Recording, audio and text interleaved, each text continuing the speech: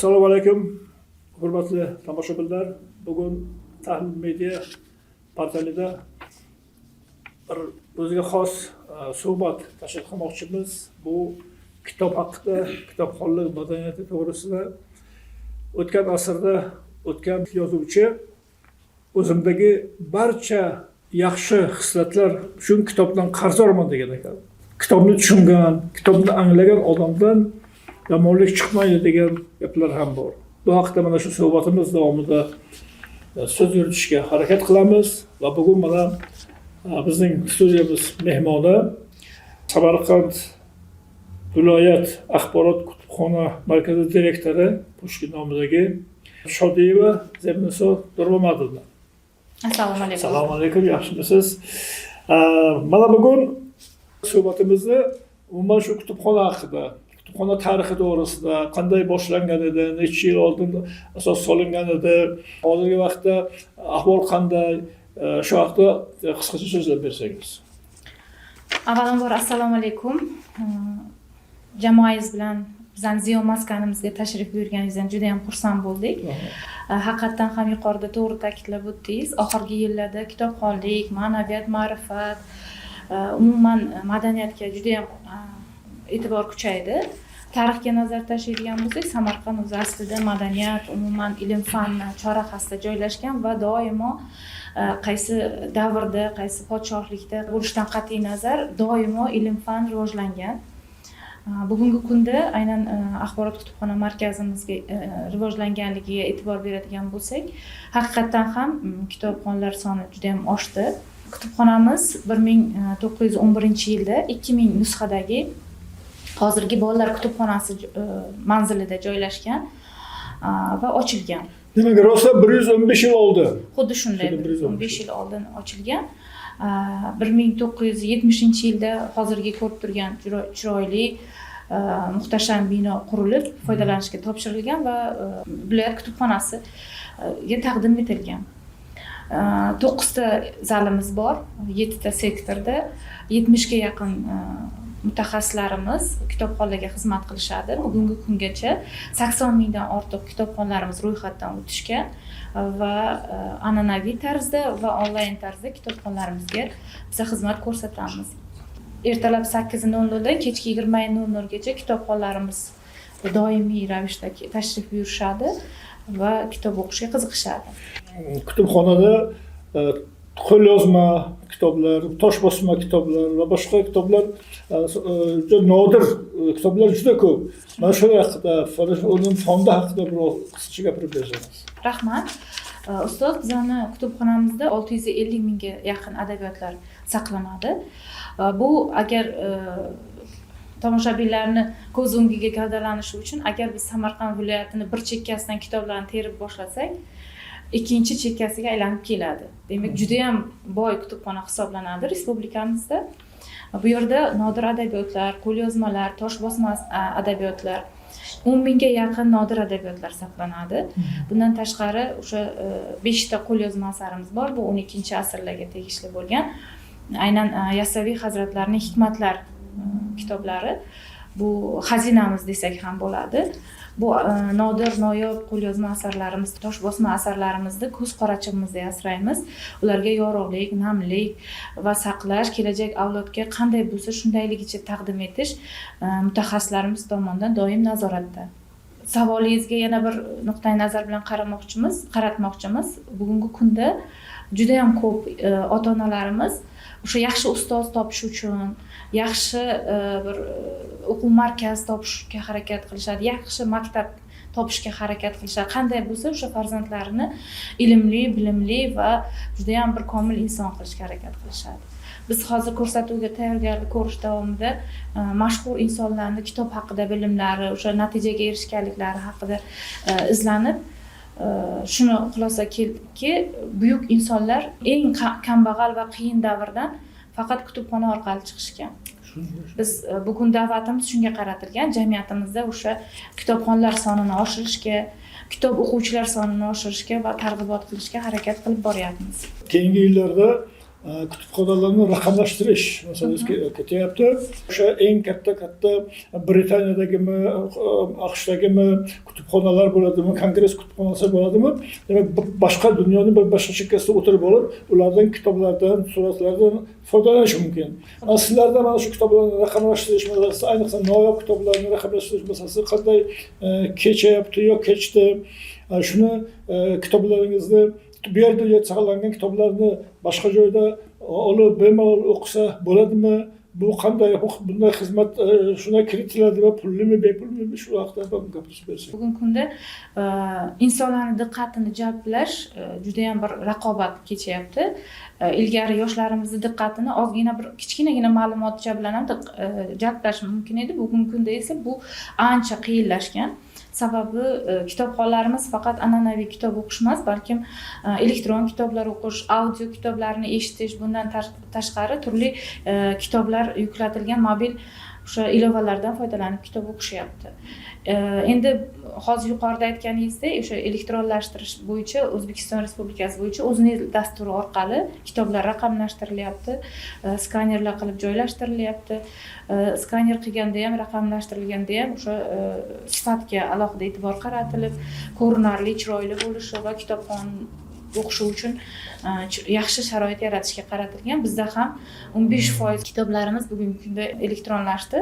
12162 ta nusxada o'sha elektron disklarimizga, audio disklarga joylashtirildi. Men o'ylaymanki, bu kitobxonlarimizga elektron tarzda o'tirgan o'sha qaysi mutaxassis bo'lishlaridan qat'iy nazar o'tirgan joylarida kitobni izlab topib o'qish imkoniyatini qo'lga kiritishlari mumkin. Lekin ustoz, bir jihati borki, siz ham mana shunday kutubxonada yoshlik, o'smirlik davrlaringiz o'tgan. Juda ko'pchilik ota-onalarimiz, bobolarimiz, buvilarimiz ham o'sha yoshliklarini kutubxona bilan bog'lashadi. Insonda shunaqa bir immunitet shakllanishi kerakki, bu Bibliya slima deyiladi, ya'ni kitobni ushlab, uni his qilib, hidini hidlab, varaqlab kitob o'qish bu insonga 68% stressni olishga yordam beradi. Elektron kitoblar, audio yozuvlar yoki mobil ilovalardan foydalanish insonga albatta vaqtni tejash, masofani tejash, imkoniyatlarni tejash mumkin, lekin aynan kitobni ushlab ko'rib, uni mutolaa qilish insonga juda ham katta, nima deydi, kuch beradi. Kutubxonachilikni tashkil qilishda ham juda ko'p yangi innovatsion texnologiya kirib kelyapti. Bu ilgarigi mana hozir shunday aylanib o'tayotgan taqdirda ham umuman boshqacha muhitni ko'rasiz. Yorug', ochiq, ilgariga o'xshagan bir qattiq uğraşib olishlar, o'quvchilardan qo'rqib kitobni olib ketadi deb, uni muhitda boshqacha muhitda saqlash bunaqa narsa yo'q edi.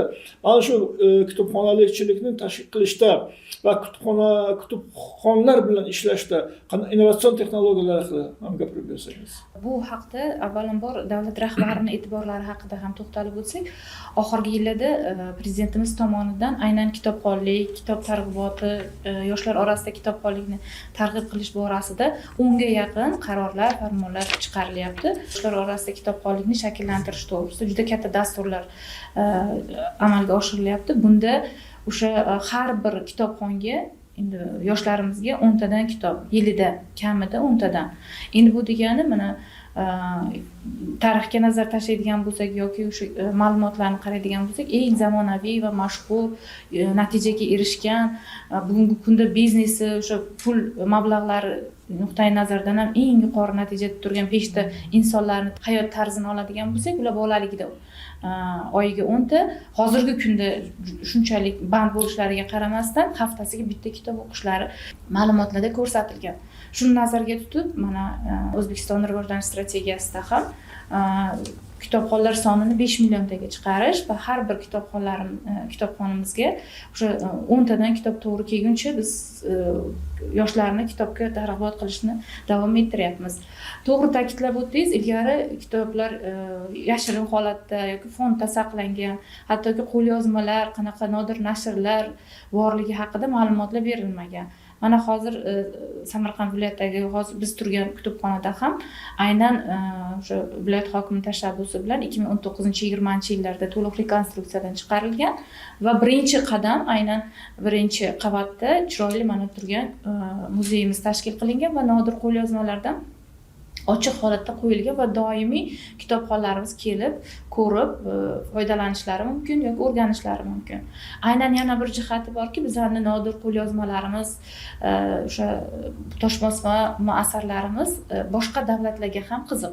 Chunki saqlanayotgan adabiyotlarimiz insoniyatning rivojlanishi, insoniyatning tafakkuri, ongini rivojlanish tarixi bilan bog'liq bo'lganligi uchun Amerika Qo'shma Shtatlaridan, Buyuk Britaniya, Fransiya, Angliya, Qozog'iston, Qirg'iziston, Tojikiston, umuman yon Markaziy Osiyo davlatlaridan ham olimlar kelib bugungi kunda ochiq holatda o'sha adabiyotlarimizni ilmiy jihatdan o'rganishmoqda.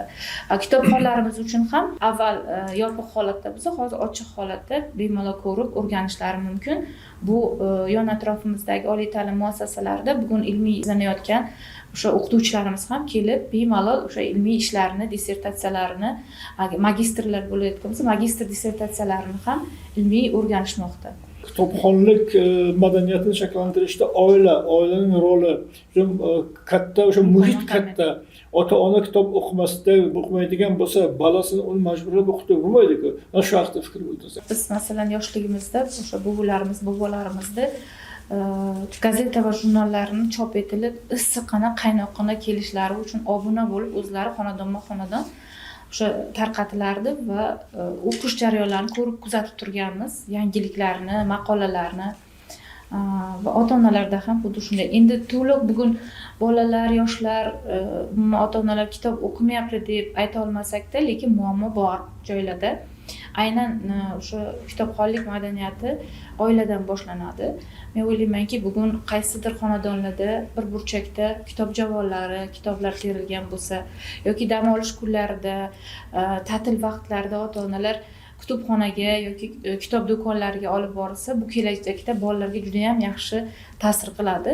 Chunki prezidentimiz ham juda ko'p bora ta'kidlaydilar va o'sha Toshkentdagi bolalar kutubxonasi ochilishida qilgan ma'ruzalarida ham aytganlar, o'zlarining oilalari, farzandlari bilan kitob do'konlariga tashrif buyurib kitoblar sovg'a qilish, umuman mashhur insonlar haqida gapiradigan bo'lsak ham, bolaliklari juda qiyinchilik bilan o'tgan, o'sha kambag'al bo'lganda ham kitob bilan najot izlagan. Va kitob aynan o'sha qiyin vaziyatdan chiqaruvchi vosita hisoblanadi. To'g'ri aytish mumkin, kitob javonini qanday tashkil qilaman, kitoblarni qanday sotib olamiz. Bugungi kunda endi ota-onalarning sharoiti, imkoniyati bo'lmasligi mumkin ustoz, lekin bu hammasi insonni o'zini oqlash uchun bo'lgan bahona deb o'ylaymiz. Hamma tumanlarimizda tashkil etilgan axborot kutubxona markazlarimiz bizda juda ham boy, mana yuqorida aytib o'tganimizdek 650 mingga yaqin adabiyotlarimiz bor. Bemalol kelib farzandlari bilan kitob o'qishlari mumkin, a'zo qilishlari mumkin, uyga olib ketib o'qishlari mumkin. Bepul hech qanaqa mablag' talab etilmaydi. Shuning uchun stressga tushgan holatdami, qiyin davrdamisiz, tarbiyada qiynalyapsizmi, o'zingizning hayotingizda qanaqadir muammolar bormi, sog'lig'ingizda muammolar bormi, ustoz biz siz orqali barcha samarqandliklarni biz kutubxonamizga taklif qilamiz, imkoniyatdan foydalanamiz albatta, chunki insonni yorug'likka chiqaruvchi, qiyin vaziyatdan chiqaruvchi bitta vosita bor, u ham kitob. Siz xabaringiz bo'lsa kerak, afg'onistonlik o'sha Malala degan Nobel mukofoti sovrindori bor olim. U inson Birlashgan Millatlar Tashkilotini minbarida turib, juda ham chiroyli fikrlarni aytgan. Bitta bola, bitta o'qituvchi, bitta kitob, bitta qalam dunyoni o'zgartirishi mumkin deydi. Shuning uchun biz o'ylaymizki, bu to'g'ri va juda ham bir katta muhokamalarga sababchi bo'lgan. Sababi insonni o'zgartiradigan vaziyatlar juda ko'p, lekin eng oson vaziyat, eng to'g'ri yo'l bu ilm bilan, kitob bilan olib chiqiladi. Men yaqinda bir narsani o'qib qoldim. Amerika Qo'shma Shtatlarida qamoqxonalar sonini aniqlash uchun 11-12 yoshli bolalar qancha kitob o'qishiga qarab belgilanar ekan.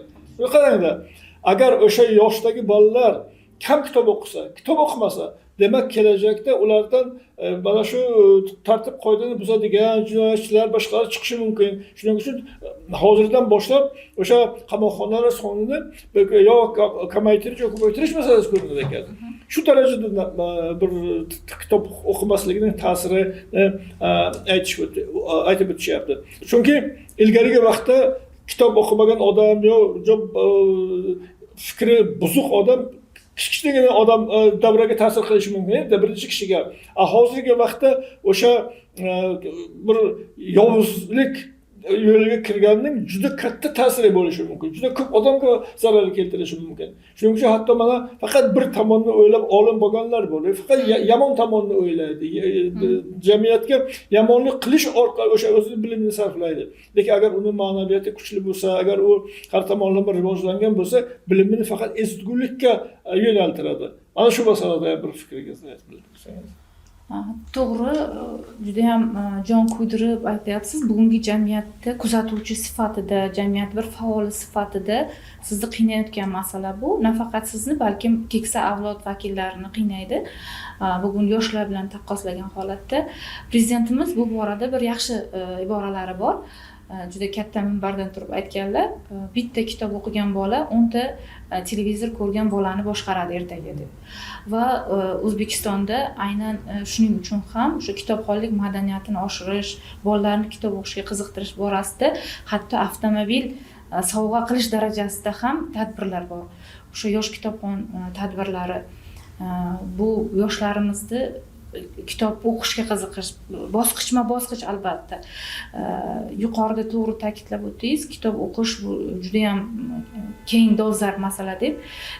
Kitob o'qib, til o'rganib, qaysidir sohani zo'r mutaxassis bo'lish mumkin, lekin fikr doirasi, unda olgan bilimlarini to'g'ri yo'naltirish, to'g'ri foydalanish, mana bugun jamiyatimizda turli xil illatlarga e'tibor beramiz. Muammolarga duch kelamiz, o'sha davlat xodimlari o'rtasida, boshqa yo'nalishlarda. Bu albatta savodsizlik deb bo'lmaydi, lekin egallagan bilimlarni to'g'ri yo'naltira olmaslik. Agar yoki mana ijtimoiy tarmoqlarga qaraydigan bo'lsak, psixologlar yoki to'g'ri-noto'g'ri maslahat berib, qaysidir bir kontentni qo'yadi-da, o'zlarini suhbatlari yoki o'quv kurslariga jalb etadilar. Bunday olib qarasangiz, u juda dolzarb, katta masalani gapirmayotgan bo'lishi mumkin. Lekin insonlarimizda og'riqli nuqtalari haqida gapiradi. Psixologiya ham o'zingizga qanaqadir olayotgan ma'lumotlar va to'g'ri yo'nalish, umuman o'smirlik davrini 10-12 yoshdan boshlab 16-20 yoshgacha bolalarimizni tarbiyasiga, insonlarimizni, kelajagimizni tafakkuri uchun kitob mutolaasi juda ham muhim masala hisoblanadi. 24-25 yillarda dunyo bo'yicha jahon statistikasi bo'yicha o'sha hattoki 90 yoshgacha bo'lgan kitobxonlar soni tushmagan yillar davomida. Demak, insoniyat rivojlanishi uchun yosh tanlamaydi. Shaxsiy rivojlanishi uchun hech qanaqa to'siq yo'q bugungi kunda. Biz kitobxonlarimizda ham xuddi shunday. 24-yilda statistikamizda talabalar, abituriyentlar soni ko'p edi. 25-yil statistikamizda esa 15 mingdan ortiq maktab o'quvchilari a'zo bo'lgan. Demak, bugungi kunda biz to'g'ri yo'ldamiz va respublikamizda olib boriladigan islohotlar o'sha pastki maktabgacha kirib bordi demak. Hozir bizda kutubxonangizda kirsa agar juda ko'p o'quvchilar, yoshlar, talabalar kelib kitob o'qiyapti, kutubxonalar to'lib ketgan. Mana shu taxminan qachon boshlandi mana shunday bir ijobiy o'zgarish? Chunki bundan oldin 5 yil, 6 yil, 10 yil oldin men kelgan paytlarimda umuman deyarli odam bo'lmasdi kutubxonada. Ana o'zgarishlar juda qodir hol. Endi har qanday rahbarlar, har qanday jarayonda yoshlar bilan ishlaydigan muassasalar albatta yoshlarimizni ongi, tafakkuri, talabi va ehtiyojidan kelib chiqish kerak. Biz ham doim ish faoliyatimizda ushbu qoidalarga rioya qilamiz. Yorug', shinamlik, yoshlarimizni qiziqtirish, rangi-baranglik, hatto o'sha kitob zallarimizda, o'quv zallarimizda doimiy ravishda kitobxonlarimiz joyigacha o'zgartirib turamiz. Bu yangilik. Chunki yoshlarimiz bir xillikdan zerikib qolishadi.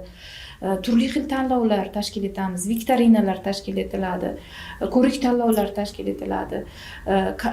kitobxonlarimiz bitta gruppada, kanallarda a'zo qilingan, doimiy ravishda ular bilan suhbatlar uyushtiriladi. Ular nimani xohlaydi? Hatto xodimlarimizga e'tiroz bormi, joylarimizda e'tiroz bormi, bugun muammo nimada, qaysi kitobni ular tavsiya etishadi, hammasi o'sha ijtimoiy tarmoqlarda ham faol yoritib boramiz va ularni ham faollashtirishga harakat qilamiz. Endi bino qishda issiq, yozda salqin, hamma sharoitlar yaratilgan. Yoshlarimiz uchun internet, Wi-Fi aloqasi doimiy ravishda va xodimlarimizni ham shu harakat qilamiz zamonaviy yondashtirishga. Yoshlarimiz juda ko'p, o'tgan masalan 5 yil ichida yoshlarimiz, xodimlarimiz soni 30% gacha oshdi. Ilgari ustoz kutubxonachi bo'laman degan xodimlar juda kam bo'lgan, chunki ish haqi bilasiz, xabaringiz bor, juda ham kam. Biz o'sha kutubxonachi imijini oshirishga ham harakat qilyapmiz, biz yashirmaymiz, chunki bugun maktab sinflariga borib siz kim bo'lasiz deb savol bersangiz, 60 ta o'quvchidan men nima deydi, aniq ayta olaman, 1-2 kishi ham qo'l ko'tarmasa kerak kutubxonachi bo'laman deb, lekin biz harakat qilyapmizki, kutubxonachilarni o'sha bugungi pedagoglar darajasigacha yetkazdirishga, chunki kasb imiji, statusi oshsagina o'sha faoliyat ham rivojlanadi deb o'ylayman. Qadri ham oshadi. Qadri ham oshadi. Davlat rahbarimizni ham bugungi kunda olib borayotgan siyosatlari ham shunga qaratilgan. Shuning uchun biz 30 yoshgacha bo'lgan kitob o'sha tuman shaharlarimizda faoliyat yuritayotgan kutubxonachilarimizni yosh rahbarlar klubini ochganmiz. Ular doimiy ravishda o'z ishlarida ishlab borishadi. Hatto shunday holatlarda ularni davlat xizmatchisi va yaxshi ishlarga tavsiya ham qilib boramizki, shunaqa yaxshi xodimlarimiz bor, o'z ustida ishlaydi, intellektual salohiyatli, AKT savodxoni bor, tillarni yaxshi o'zlashtira oladi deb bugun o'ylaymizki, bu Samarqandimizda shunaqa jarayonda natijada 4-5 yilda o'sha kutubxonachilik imijini ham oshirishga harakat qilamiz. Ilgari tumanlarda juda ko'p kutubxonalar bo'ladi. Shu borib hamma navbati bilan masalan 6-7-sinfdan boshlab deyarli hamma o'sha ikkita 3ta kitobxonalarni o'qib, keyin shahar Chorsuda shahar kutubxonasi joylashgan bo'lardi. O'shalardan o'qib chiqardik. Tumanlarda xuddi shunday edi. Lekin hozirgi vaqtda tumanlarda, boshqa shaharlarda ahvol qanday? Hozir barcha tuman shaharlarimizda axborot kutubxona markazlari joylashgan. Biz faxr bilan ayta olishimiz mumkin. Mana o'tgan yili Ulug'ur tumanimizda juda ham chiroyli o'sha nuroniylar maskani, yoshlar maskani va bolalar dam olayotgan saylgohda hashamatli axborot kutubxona markazi qurib foydalanishga topshirildi. Jonboy tumanida, Ishtixon tumani, Urgut tumani, Tayloq tumanlarimizda bugun juda ham zamonaviy o'sha binoga ega bo'lgan, barcha sharoitlarga ega bo'lgan axborot kutubxona markazlarimiz joylashgan. Bu ayrim tumanlarimizda kamchiliklarimiz, men o'ylaymanki, bugun mana shu ko'rsatuvimizni ko'rayotgan hokimlarimiz ham, alohida tuman shahar hokimlarimiz ham alohida e'tibor qaratishsa, chunki davlat rahbarimiz aytganda eng muhtasham, eng chiroyli, eng hashamatli va ko'zga ko'rinadigan saroydek muhtasham bino bu kutubxona bo'lishi kerak. Kitobxonni taklif qilish, jalb qilish uchun albatta bu joy, yuqorida aytib o'tganingizdek, maskan juda chiroyli bo'lishi kerak va doimiy rangi-barang bo'lib turishi kerak. Mana shu yoshlarimizni ishga olganimiz ham bizga juda yaxshi natija. Ular xalqaro tajribalarni doimiy o'rganib turishadi.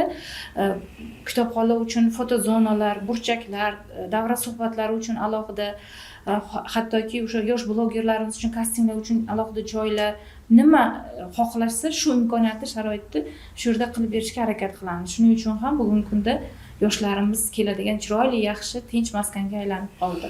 Masalan, jamiyatimizda jinoyatchilikning ko'payib borayotganligi, yildan yilga ortib boryapti jinoyatchilik. Eng asosiysi mana firibgarlik jinoyati ko'payapti. Aynan savodsizlik, yo ilm kamligi balkim mana shu ham hozirgi vaqtda jinoyatchilikning, huquqbuzarlikning ko'payib ketayotganligiga sabablardan biridir. Shuning uchun jamiyatimizda biz hozir ana shu kitobxonlar madaniyatini shakllantirish dolzarb masalalardan biriga aylangandir. Mana shu nuqtai nazardan boshqa tomondan o'z yo'li bilan, lekin mana shu tomondan ham jamiyatda totuvlik, hamjihatlik, bir-biriga hurmat, izzat munosabatlarini kengaytirish uchun ham kitobxonlikni targ'ib qilish kerakdir. Zaminimiz, yurtimiz Al-Buxoriylarni, Moturudiylarni, Termiziylarni, buyuk insonlarni, hatto o'sha musulmonchilik shakllangan joylarga ham o'zini yozuvini, harfini, ilmini, bor kitobni taqdim etgan insonlarni taqdim etganmiz biz. Lekin bir jihati borki, bugungi kunda o'sha ko'r-ko'rona yondashish, ilmsizlik bilan yondashish.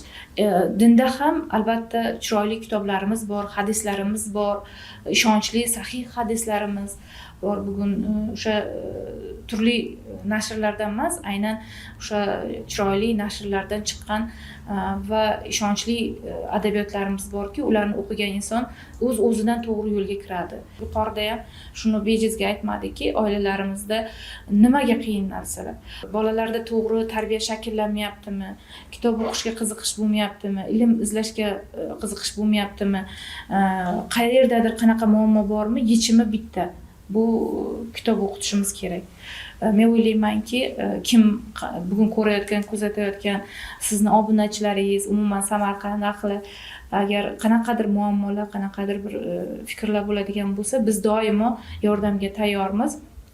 Hamkor tashkilotlarimiz, psixologlarimiz, olimlarimiz, ilmiy izlanuvchilarimiz hammasi doim biz bilan hamkorlikda ishlashadi. Turli tanlovlar, ko'rik tanlovlar, ekskursiyalar, hatto mana mahallalar bilan xabaringiz bor ustoz, ishlayapmiz. O'sha qiyin vaziyatga tushgan xotin-qizlarimiz, yoshlarimiz bilan alohida ishlashda ham bu kutubxonani o'rni muhim deb o'ylaymiz.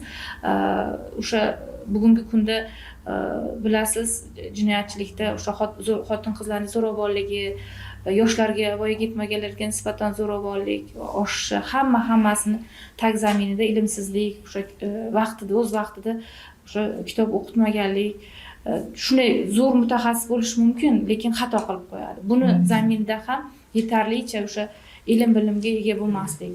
Buyuk Nikos Tolib, amerikalik olim, faylasuf, tadqiqotchi, matematik, izlanuvchi inson o'zini bugungi jamiyatdagi fikrlar bilan paradoks so'zlarini aytadi.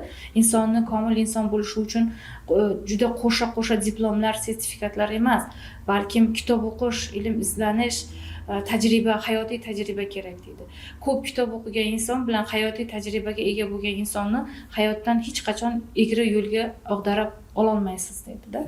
O'sha uchun men o'ylaymanki, bugun yoshlarimizga agar kitob ko'proq o'qitsak, ko'proq hayotiy tajribalarni bersak, mehnat qilishga o'rgata olsak, men o'ylaymanki, ulardan yomon insonlar chiqishmaydi. Hozirgi vaziyatni ko'rib, ya'ni yoshlarning ko'pligi, kutubxonalar sonining ko'pligini ko'rib, haqiqatan vaziyat biroz o'zgarganligiga ishonch hosil qilsa bo'ladi.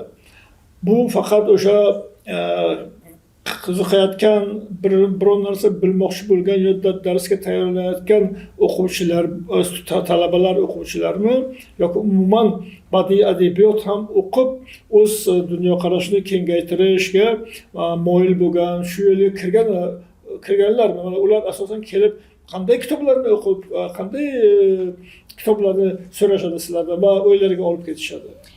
Endi ustoz, shunaqa bir tahlillar, tadqiqotlar va fikrlar bor. O'zini ishidan qoniqqan inson rivojlanmaydi deydi. Biz o'zimiz ishimizdan qoniqmaymiz. Doim aytaman, xodimlarga ham aytaman, siz bugungi kuningizdan qoniqmasligingiz kerak. Bugun ish jarayonidan qoniqmasangiz, ertaga yana ham yaxshi natija bera olasiz. Bugun Samarqandimizda 50 mingga yaqin talabalarimiz bor. Bizni kitobxonlarimiz hozir nima deydi, navbatda turish kerak edi. Joylarimiz to'g'ri yetmayapti. Biz yetkiza olmayapmiz, lekin hali ham muammolarimiz bor joylarda. Yuqorida aytganingizdek, sharoit, imkoniyat bor, badiiy adabiyotlar o'qilyapti, asarlar o'qilyapti. Lekin biz doimo xodimlar bilan ham shuni tahlil qilamiz. Ular qaysidir bloger, qaysidir nashriyot yoki kimdir qaysidir saytda reklama qilgan adabiyotlarni ko'p so'rashadi.